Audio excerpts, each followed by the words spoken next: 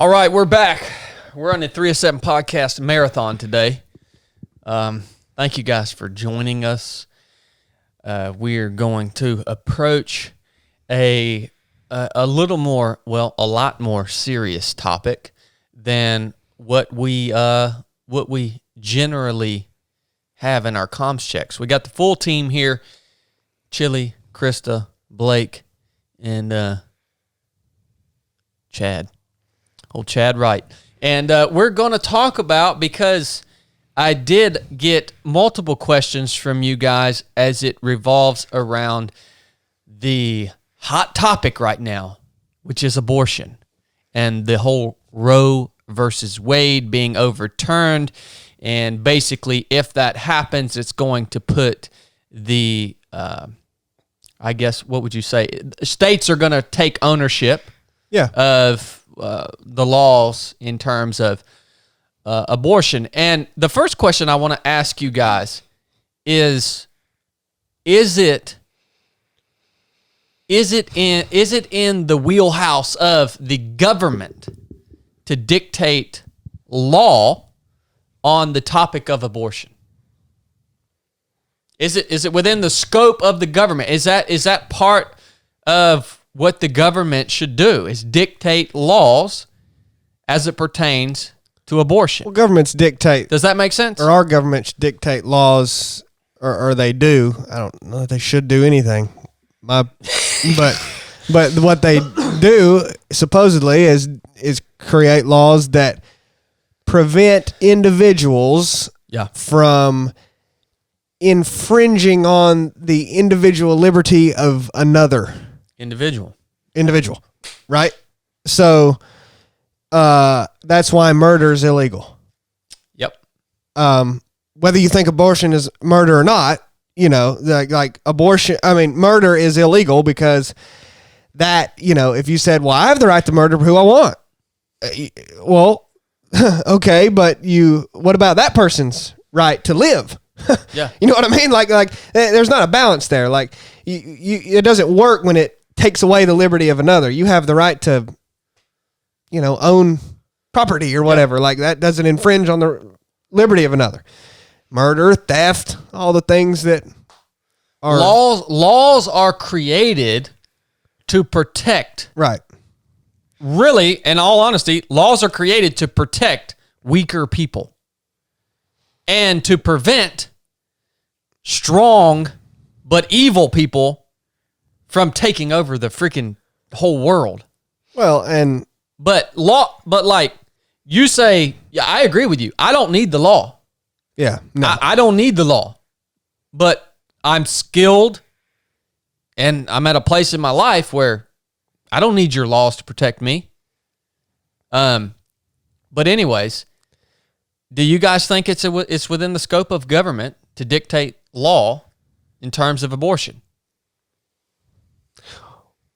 Well, you right off the bat, you're asking for an opinion, and I think that if everyone's okay with you doing that about murder, like everyone's like, well, I'm cool with that, making murder illegal. Well, then if I think abortion is murder, which I do, then obviously I'm okay with it to the extent Yep. So okay. That would good answer. I think Chili's answer is very logical. So I think it's a. Yeah, there's not much to add to.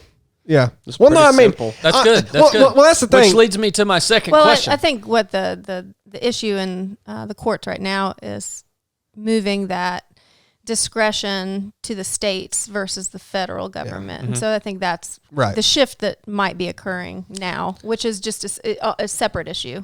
So. Yeah, but there are a lot of people that say the government should not have the authority to dictate what I do with my body, right? And that's the way a lot of people's perspective on this. And that's why they think laws revolving around abortion are outside of the scope of government. So it should be an individual choice. Well, that's the thing. That's why it's so difficult to know where to start with this. I hate all these discussions because No, we're gonna get back. And by the way, we're not here to hurt anybody's feelings. All right. Let me go ahead and tell you, if you have an issue with something that we say here, Please have grace with us because this is a hard conversation. And guess what? We're having the conversation. You're not. We are having the conversation. And it's not a conversation that we necessarily want to have. But here's the thing. I feel like it's necessary because it's front and center. It has been front and center for a long, long time.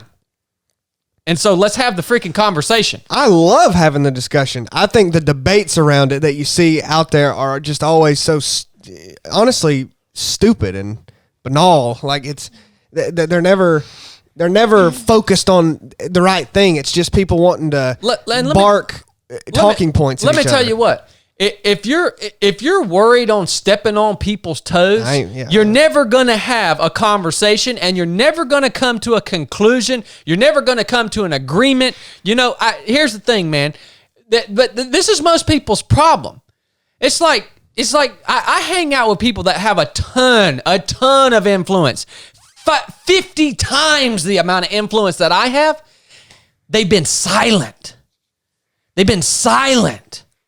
They just hold the middle ground, right? Because they are not willing to have the freaking conversation and potentially step on somebody's toes that might not believe the way you believe. You know? That leads to nothing. All right? Yeah, we're charged up. Leads me to my next your statement on or your opinion on the first question I asked leads me to my next question. At what point does life start? Okay. Yes. This has started off like a bat out of hell. I mean, and I also wanted to preface too that this isn't like a debate because we pretty much all, I mean, I don't know where we all stand, but I know it's not going to be vastly different. So we don't have anyone here that's pro, right to choose, as they say. So this is going to be a certain type of discussion, and the question is like, where do you start to get the most fundamental part out of the way? And so you wanted to ask those two questions to start off. Where does life start? That to me is the central question if you're going to have a debate on this with people that you disagree with, because there's legislation being passed. That's the thing, man. A lot of this is not attempted to have been passed. It's freaking passed in states like New York and Virginia when the Governor Ralph Northam, he's on video saying that they're going to keep babies alive post-birth for a period of time and then kill them. And he was calling that an abortion post-birth. Yeah. Like some people don't even, they're like, that doesn't exist. No, they do. It's Planned Parenthood clinics. It's large organ harvesting operations. That's freaking real. And people look at you and tell you it's not real. I mean, he's on video talking about it. Huh. He says they keep the babies comfortable. I mean, it's mind-boggling, but no one wants to look at that.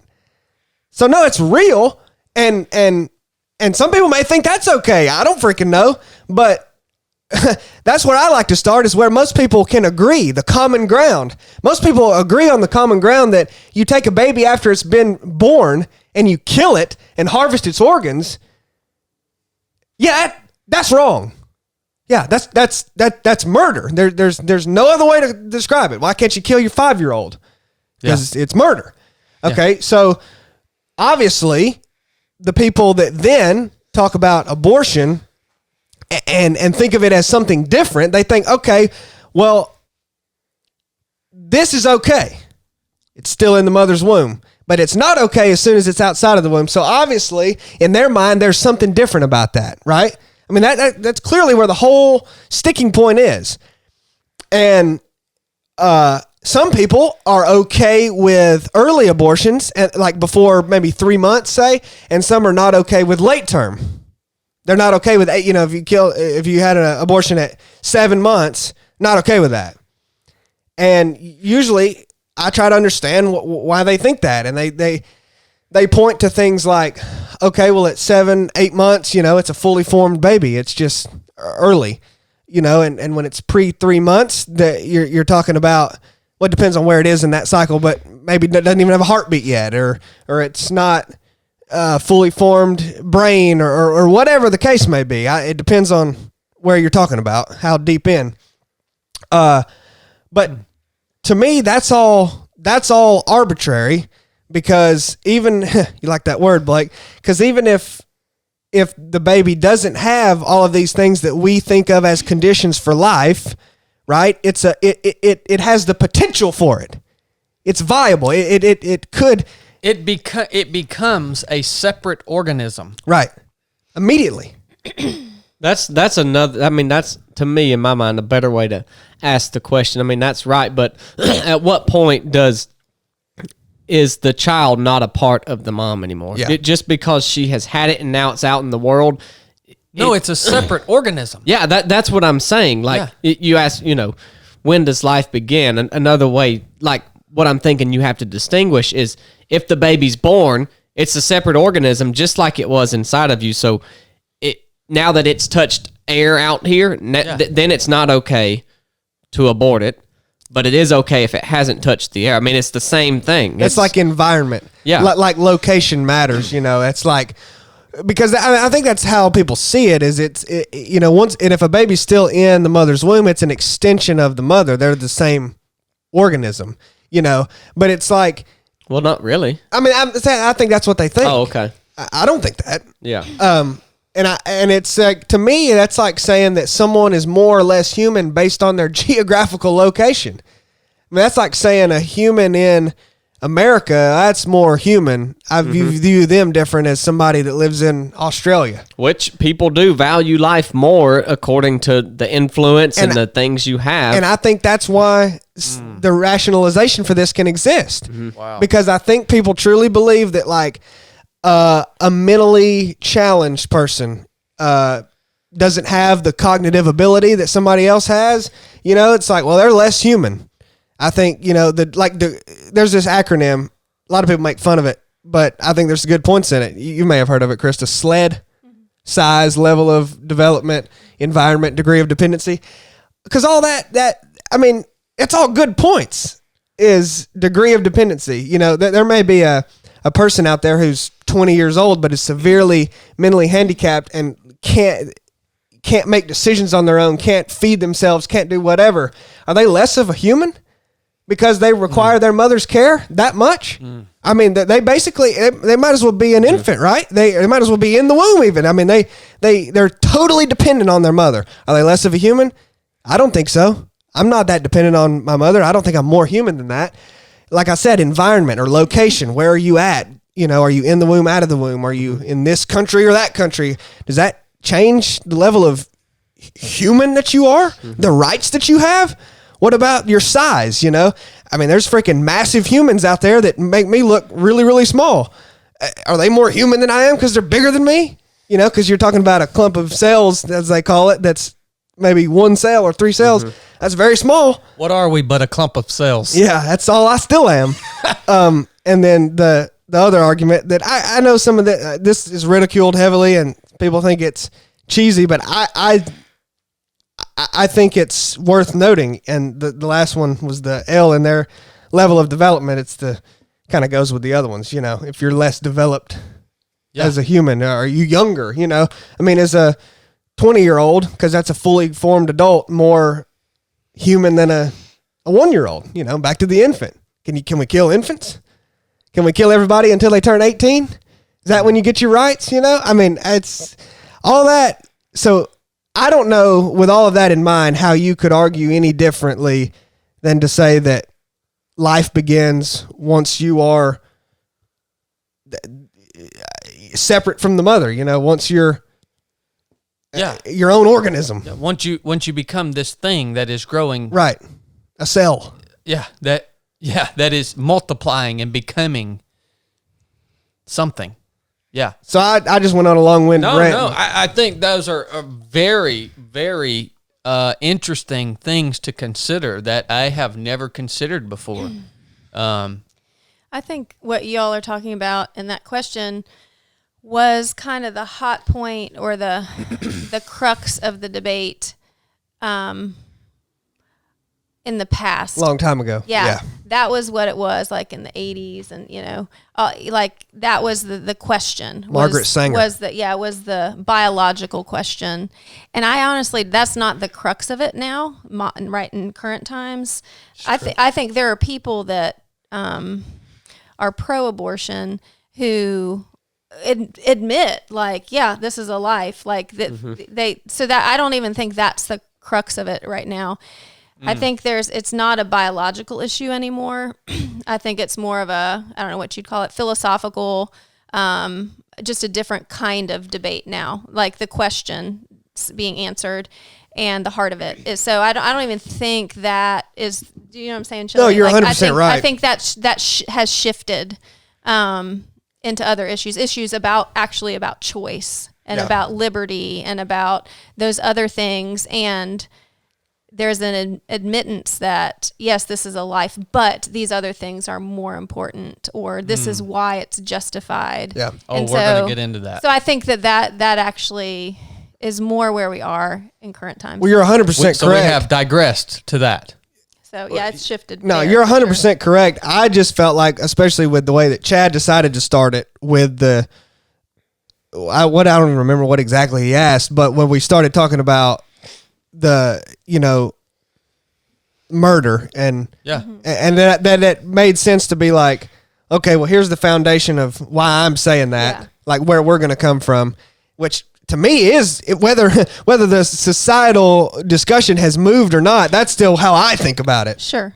So I'm going to try to ask questions here that only questions that Scripture answers for us. So I want you to understand that all of these are not our opinions. That the way we are answering these questions, at least the way I'm going to answer these questions, is based off of what Scripture tells me the answer to the question is. That's how these aren't things Chad formulated. The question I just asked, when does life start? Is it in the womb? Is it outside of the womb? Scripture actually answers that question for us, okay? I want to read it to you. This is Psalm 139, 13 through 16. For you formed my inward parts. You knitted me together in my mother's womb. I praise you, for I am fearfully and wonderfully made. Wonderful are your works. My soul knows it very well. My frame was not hidden from you when I was being made in secret, intricately woven in the depths of the earth. Your eyes saw me unformed substance. Your eyes saw my unformed substance. In your book were written, every one of them, the days that were formed for me, when as yet there was none of them. That answers Scripture answers your question. Life literally starts in God's eyes. In reality. The time that the sperm and the cell meet. Scripture answers that very clearly, saying God numbers that person's days from that very point. Even when there was no knowledge of them, the days have been numbered from that point. Well, that's not even quite what it's saying. It's saying before the beginning of time. Yeah. I mean, it's like, yeah. But yeah, that's. So Scripture answers that question for us. I want to move into, and this ties into what we were just talking about, into what Krista prefaced just a second ago, I think, which is more the foundation of the current issue, is this a matter of bodily autonomy? Like, is this, because that's a question. Now, it ties into what we just talked about, because we have to make the determination, we have to have an answer to what we just talked about, to now answer the question, okay, is this a matter of bodily autonomy? To me, that's why I said up front that I don't like these debates today, is because they've done exactly what Krista was outlining, and I don't think you can have these discussions without doing what we just did. I mean, they're pointless. You run around in circles because you haven't covered the foundation. I mean... So I did start the conversation well then. Yeah. Okay. All right. So is it a matter of bodily autonomy? Well, I mean, that's the thing. Is like, if you cover the right thing, there's nothing to talk about. That question's answered. Exactly. I mean, that's why I hate these discussions today, because it's like, well, the woman's right to choose. The right to choose what? I mean, my perspective is that it's murder. So no, it's not. I mean, it's not a matter of bodily autonomy. Well, it should be a whole nother conversation. It should be about evil because, we're going to get into that. Like Krista said, people now accept. Okay, I can't debate the logic. I do see that this is its own life, but it's going to affect me in these ways, and I want to be able to murder this thing so it doesn't affect the rest of my life. And I want you to grant me the ability to do that on earth without earthly consequences so that I can continue my life without having to deal with the consequence of murdering this baby. And then it becomes a hard issue and evil. They basically want you to permit them to do evil on earth without earthly consequences, right? Well, how do you debate that? I mean, that's just a fool, you know? Like, you can't give credence to freaking fools. I mean... But there's something that's driving that in the human heart. Though. Evil.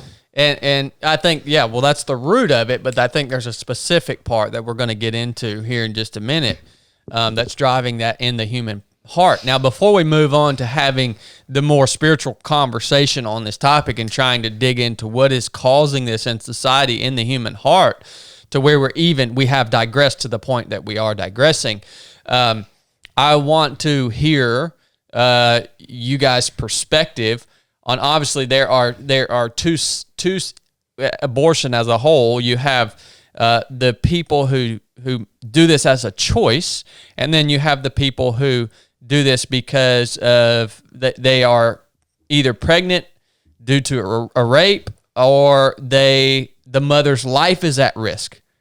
Okay, so. I want to hear y'all's opinion. I know what I think about that, but what do you guys think about those two scenarios in particular? Because those come up front and center all the time in this conversation. I'll shut up for a while. No, you're obviously passionate about this topic. Yeah, Shelley, I am. So but you've done a lot of thinking on it, and I want to hear what you had to say, man. Send it. Well, this is when it really gets to. Particularly a sticky point, because people are like, well, how are you going to tell a woman what to do with her body when you're a man? That's the common thing, especially in terms of like if they were raped. And, these nuances in it,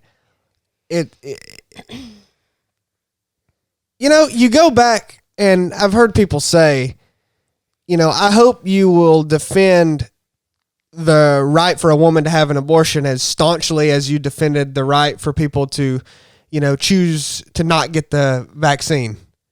Well, we just delineated the difference between those two. Right. But I don't think people really get the I don't know, man. Like, there's so much you could talk about and go back and cover. 'Cause like, I don't know that you can drive home the difference enough. And it's like, you have to be clear in what you're trying to articulate because there is a difference. And then there's nuances in everything. So you're talking about having an abortion, let's say in terms of, it threatens the life of the mother. That's the easier question to answer. Yeah. Well, okay. Well, it threatens the life of the mother, and I mean, all that could look so different, but I mean, if you literally just set up a scenario where a woman was going to die if she carried this baby to term and it was going to die anyway. I mean, well then that's like that seems to me like a different thing. You're not choosing to. At that point, my understanding is answering that question specifically. At that point, it becomes a medical procedure, right, to save someone's life. All right. I think even in that scenario, all effort should be made to save both lives. Right. But it becomes a medical procedure, just as any other medical procedure happens. Life is at risk. We're going to do what we can to preserve as much life as we possibly can. And we're going to take all that into consideration, and then we are going to have this medical procedure when the timing is right. And I mean, that's the same reason we think it's okay if you kill somebody that is invading your home trying to kill you. Like you're defending yourself. Yeah. You know what I mean? Like you still killed somebody. I mean, if you didn't see the context, you'd just be like, oh, he just killed somebody. I think the difference is that danger is imminent there. Yeah. And if you go to the doctor and he says, you're fine right now, but if we go ahead and do this, then we can ensure that you'll be fine later on. Danger is not imminent in that point. So I don't know. I'm conflicted on that a bit, that you have to be Christian to agree with what I think, because if it's right, then it's right. If it's wrong, then at what point do you say, I know that you say this is wrong, God, but this is what the doctors are telling me, and I trust them more than I trust that you can preserve both lives. I mean, at that point, who do you believe, and where do you take it? I mean, it to the point where danger is imminent, like to where like you're literally about to die. Do you need to get to that point, or do you use the doctor's foresight to say that we've seen this happen a lot, and we think that it's going to happen with you in a couple months, so let's go ahead and have this procedure? I don't know. That's a tough question to answer. Yeah, I think we long for black and white answers, and I think that it really, one of the difficult things about this kind of conversation is I just think it isn't that. Like, it's so personal, and it's so, I do think there are baseline truths around this conversation, but I do think we have to remember kind of the nuance and the wisdom involved. Like, there's a lot of wisdom involved. We make those kinds of decisions in life in other areas where we're just trying to make the best decision we can, and we have to trust, like, I'm doing what's best in this moment, and it's not always clear. And like you said, at what point do I make that decision? Do I wait a little longer? Do I, how close do I bump up to that danger? And so I think that not giving an answer one way or the other, but I do think that remembering that is really important in these conversations. That they are not always black and white answers, and I think we long for that. Life is gray. And why would you value? If maybe the baby's born and they expect it to live but don't expect the mother to live, who are you to value the mother's life more than the baby's life? Or who makes that call? How it's different with someone invading your house or in war, because that is evil. That's is the fact that the baby might take the mother's life, is that evil? I don't think it is. And so who are we to value the life there? I think there are always odds that come into play, though. I think there are always odds that come into play, and there's when you're looking at the odds, you're not placing value on life. You know what you get what I'm saying? Like, I just think that's different. Yes, I definitely get what you're saying. And I think back to what Krista was saying, this is so case by case now what we're talking about that it's really not even beneficial to comment on. Maybe throw out thoughts, I guess, but like, because I don't know which specific example are we talking about. Yeah. It's like there's so many different levels of what the threat might be one way or the other. So it's like, I don't have the answers, and we threw out thoughts on that. And I think that's all that's all that we are qualified to do in terms of this. There's no conclusion. There's no foundational truth that I think applies here. But I think we all agree that it becomes a medical procedure, and there is space for that. Now, the rape thing is a harder question. And it's a harder question because I've never been raped, and I've never felt the pain, the emotional, just physical. That's everything that goes along with that. And then to carry a baby, like I've experienced that, like to have that life growing in you, and you're carrying it for 9 months, and it's a reminder of what has happened. And you didn't choose that. Yeah, and you didn't choose that, and. Yeah, and so that's complicated.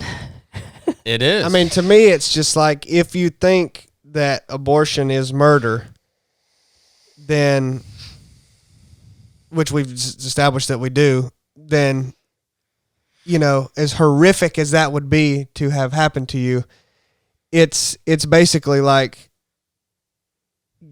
permitting a sin because a sin was done to you. Basically.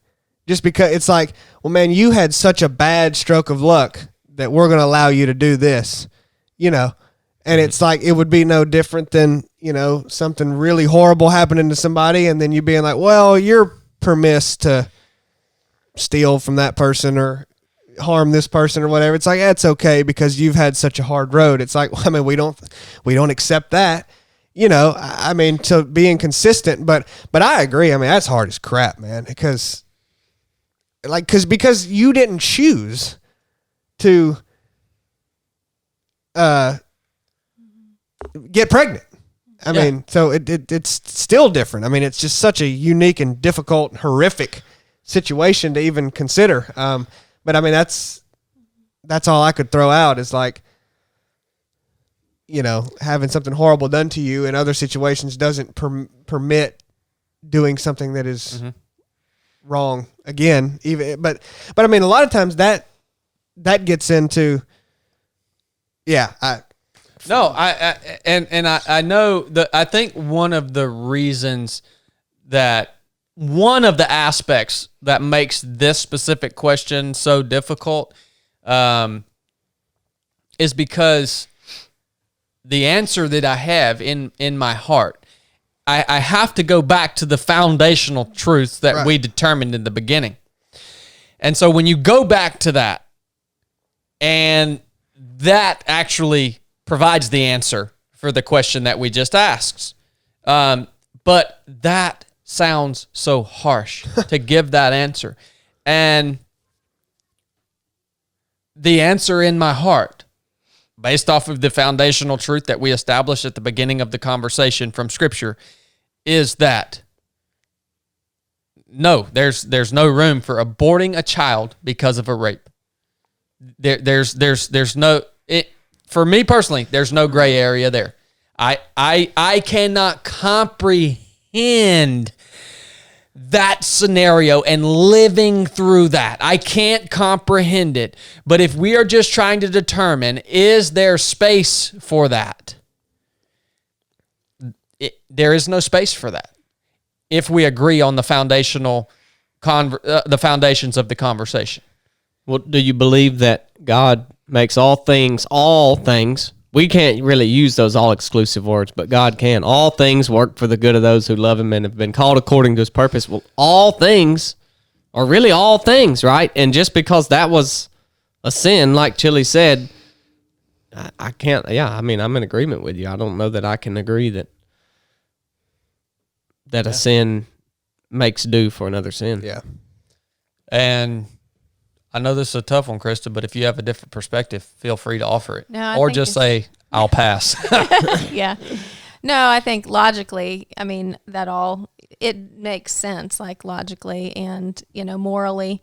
I just think I have a lot of compassion for the women going through that. And I think I would just I think where it gets tricky is this whole legislative idea too, like that, then it comes down to a black and white decision is creating a law around this. And so I think that's hard, and just complicates it. But I think, what I would desire to do is what we can do as believers is come around those women and like, gosh, why aren't we more active? And like, I have a great friend here, in town, Wendy Combs. She is awesome. And she created, if you've heard of Young Life, it's an organization, a ministry to like young people, like high schoolers. But a branch of that she created is called, oh gosh, I'm gonna mess it up. I think it's called Young Moms. I think, I can't remember. She's gonna get mad at me. No, she won't. She's sweet. But it's specifically for teen moms and dads. But these teenagers, these high schoolers that get pregnant, they come alongside them and they have a mentorship program. They help provide them with the material things they need, formula, whatever. They create support. They create help them find a pathway to like jobs and housing and things like that. And do like counseling, and it's incredible. Wow. And like that's what we need to be doing, because why are people, and this is maybe getting to different questions, but like, why are people making the choices they are? Probably a lot of it is because they feel hopeless, like somebody, a young girl who gets raped, well, why might she make that choice? I think those are the questions we need to ask. Like, why might she make that choice? Like, leave legislation out of it for a minute, leave the judgment, the right and wrong out of it for a minute, but like, how can we care for this person's heart to draw them to, compel them to make a choice to try to, let this life live and thrive, and not only put this child on a totally different pathway, but the mother and the father on a totally different pathway. Like, that's what she and this ministry, this organization, they try to do. The ministry is Young Lives. That's what it is. Instead of Young Life, it's Young Lives. But that's what they do. And so you see these women, and I asked her not long ago, I said, do you really see a difference? Do these girls end up in a different place? And she said, some of them do, but inevitably a lot of them kind of go back to like but the children, these kids, they get a totally different start in life, So you might, it might not be all roses, and it might not produce like transformed lives 100% in every way, but they are getting on a different pathway, and you are giving them hope. You are giving them support. And these children that don't get aborted are just beginning life in a different way.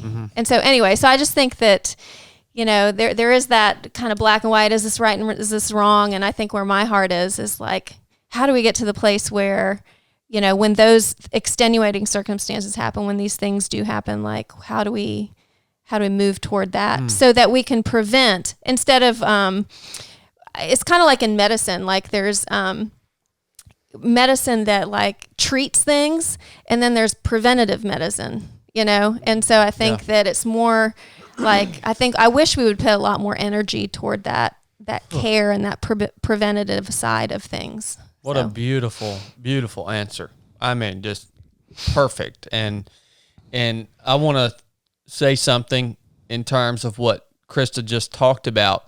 I want every single one of you to understand something right now.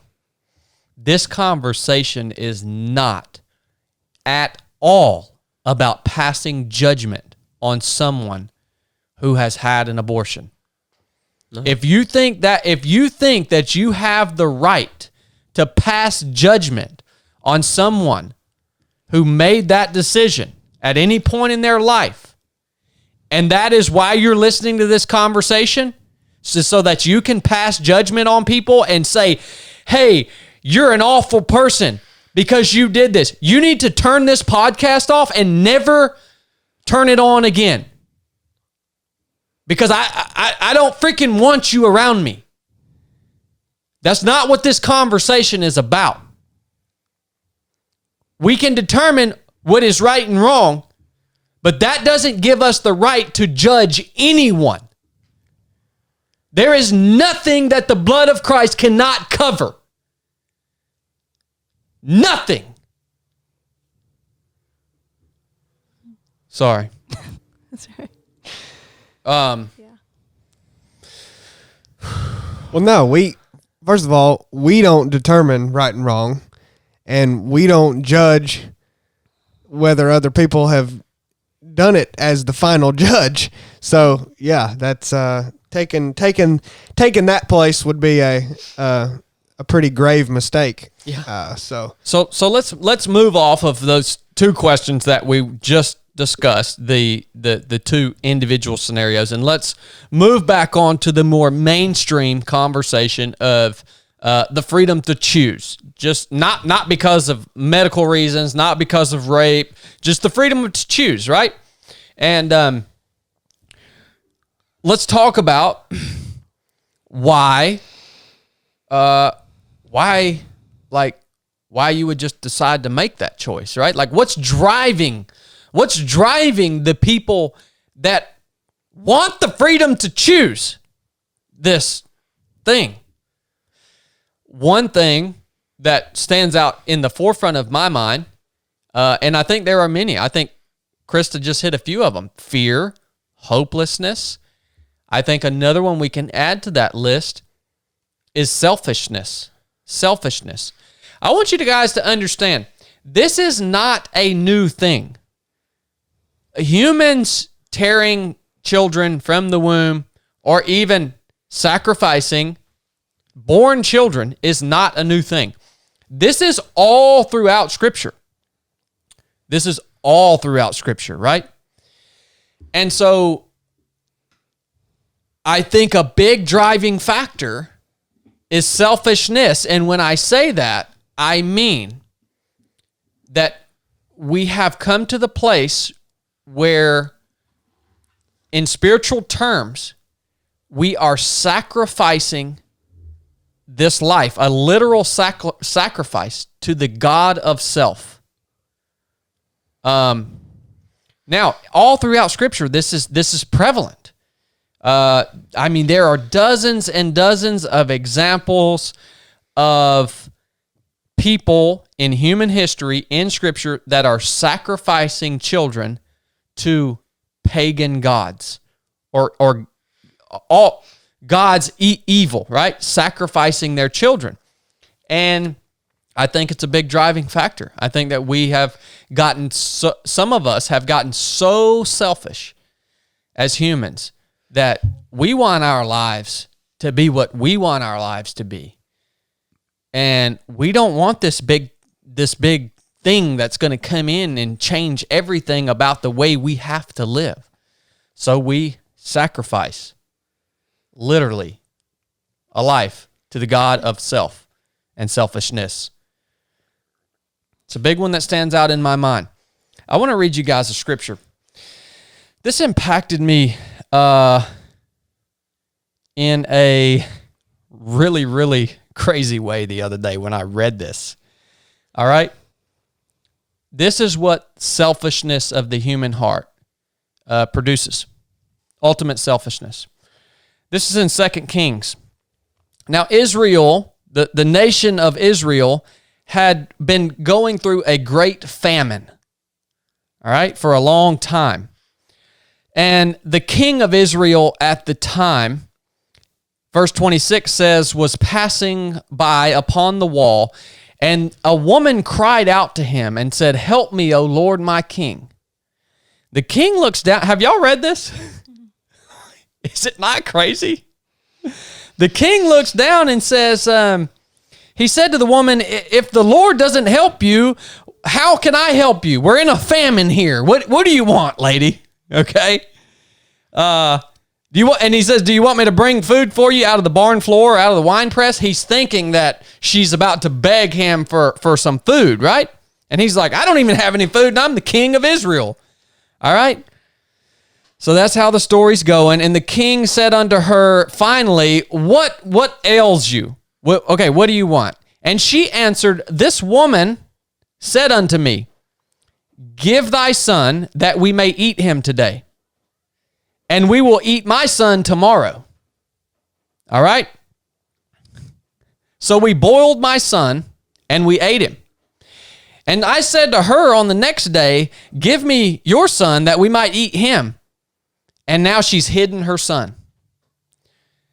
This is what human selfishness leads to. These people were so hungry and they were so concerned about their own well-being, their own survival, that they turned and boiled their children to eat. That's some selfishness right there, okay? Why do you guys think I preach selflessness so much? Because selfishness will rot the human heart into an unimaginable, unidentifiable thing. It will rot your heart. And we see it here.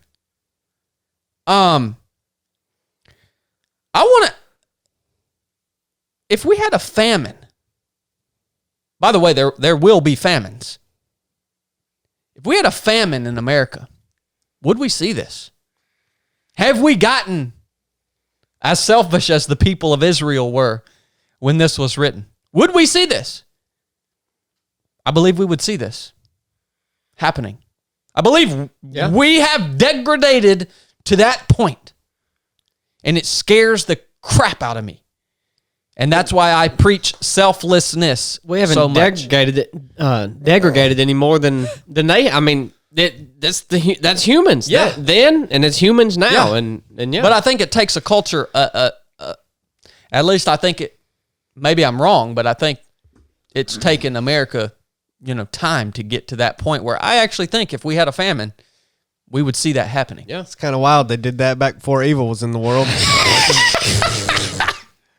I'm gonna tell you what. If you want to read 2 Kings, man. Yeah. So that was a big thing that I wanted to add to the conversation of why is this happening? Yes, we have cases where it's just overwhelming fear. It's hopelessness.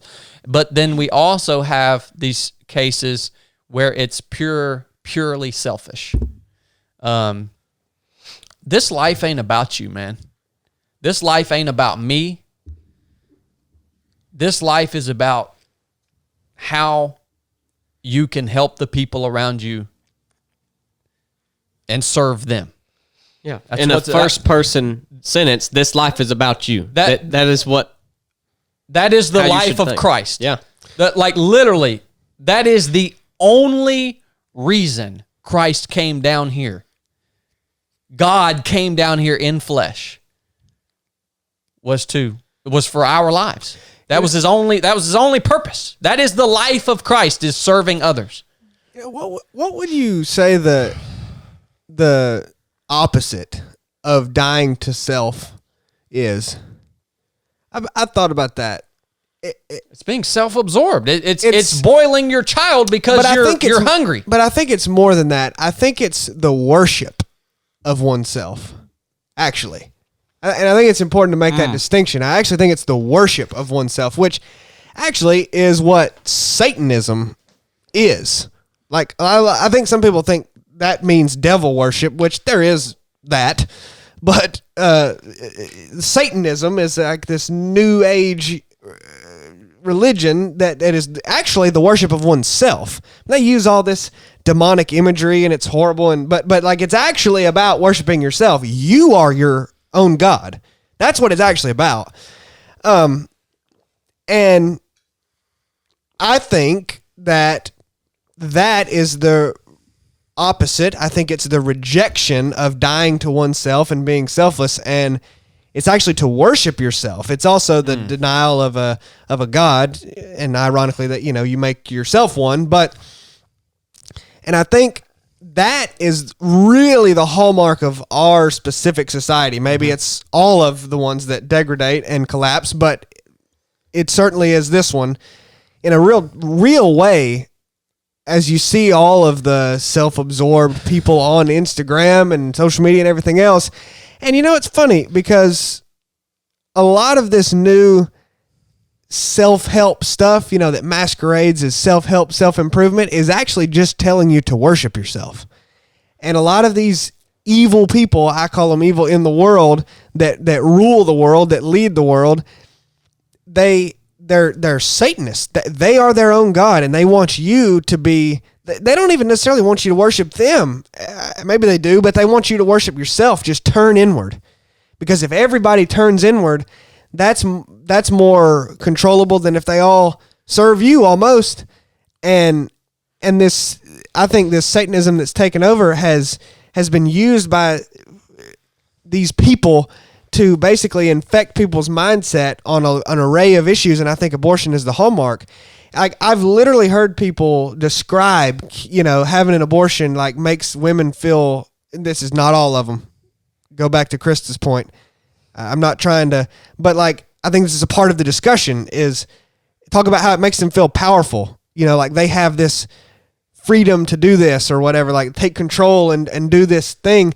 It's literally like a rebellion against God. Yeah. I mean, and I think it is the hallmark, man. And I think that's part of this discussion that you'd be remiss to not say of why it's become so pervasive in our culture, especially, I mean, because I think it's important to note what Chad said, that this is not a new issue. There is people have had abortions. Some people think that's a new medical procedure, dude. They thousands of years ago, they formulated these certain amounts of poison that they could take to give to a pregnant woman that would kill the baby, almost kill the mother, but not quite. You know, she would take just enough to where it would kill the fetus, but not her, you know, to have an abortion. I mean, it's crazy stuff. So it's not new, but the pervasiveness in this culture, and I think... So how about we stop calling a fetus and just call it a baby? Well... Sorry. But anyway, I think that's a lot of, you know, going back to Margaret Sanger and her ideology and Planned Parenthood. I mean, all the people who love Planned Parenthood and everything, I mean, I would encourage you to read the origins of that and read what Margaret Sanger believed, and it's... interesting. Yeah.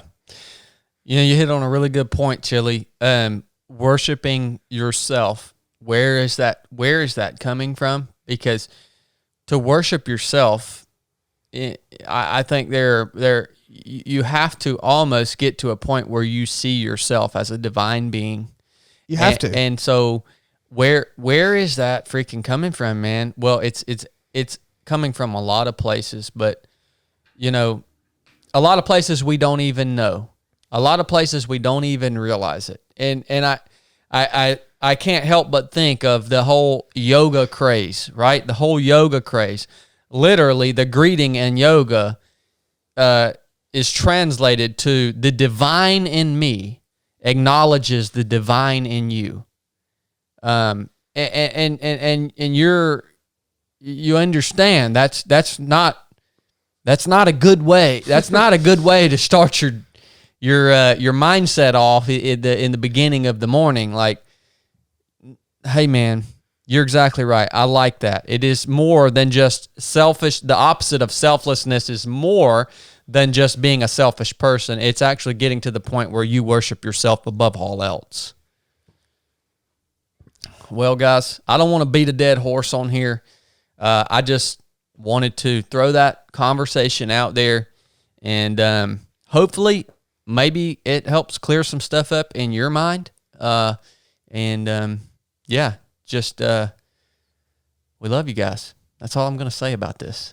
Thank you guys for helping me work through this conversation. War slap out. Podcast marathon.